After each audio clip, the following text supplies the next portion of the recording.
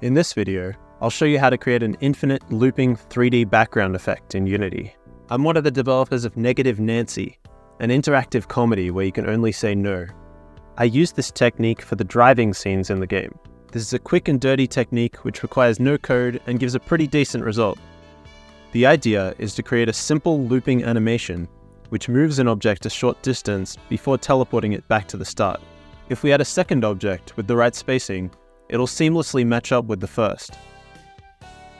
And if we add enough objects, we can create a seemingly infinite loop.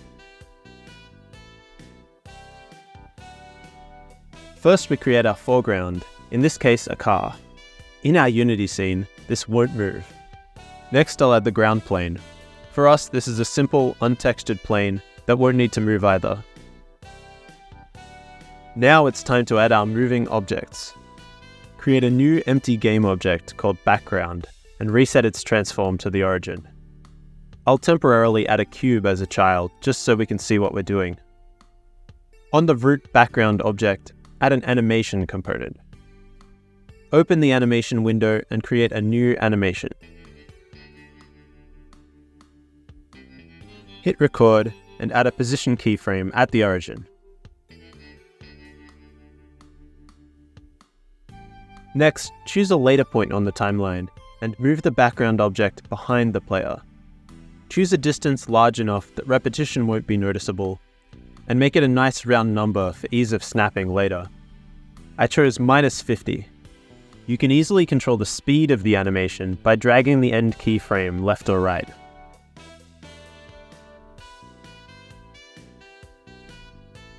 To hook it up, we need to drag the animation clip onto the animation property of the component and make sure that play automatically is ticked. For the animation clip itself, set its wrap mode to loop. If we hit play now, we should see our animation looping. Next, create an empty game object as a child of background and call it prop group. Now start adding some props as children of prop group.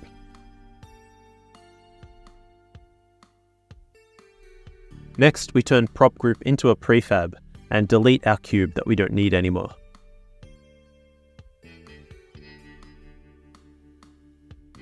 Create a copy of prop group and move it forward by 50 units or whatever you chose as the length of your animation.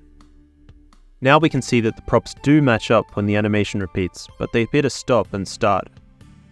In the animation window, open the curves editor, and we can see that it's defaulted to a kind of ease in, ease out curve. Right-click the start of the curve and change the right tangent to linear.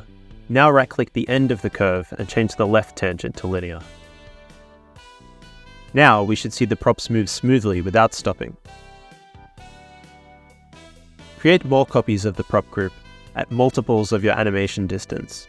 For example, 50, 100, 150, etc. To speed up the process, you can change your position snap setting to match this value. Add enough copies of the prop group that you can't see them appear or disappear in the game view.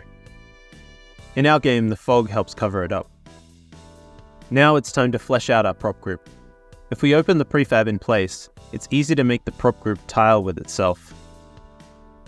Start to add some scale variation or different types of props.